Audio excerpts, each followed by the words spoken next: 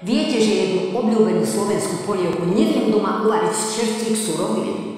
Tu frárfu... Jaj, je tu teplo.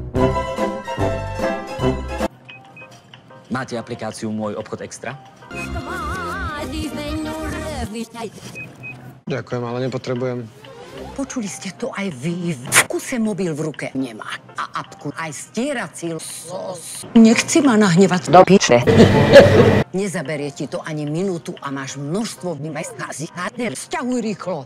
Čo ty moja? Že si príliš stará? Piča. Ale prosím ťa, keď som to zvládla aj ja. Už, šetríme, ideme, nakupujeme. Dosť máme obchodov, bez vernostných programov. Môj obchod ťa... Tak začni do piče. A ty už apku máš? A stiahneš?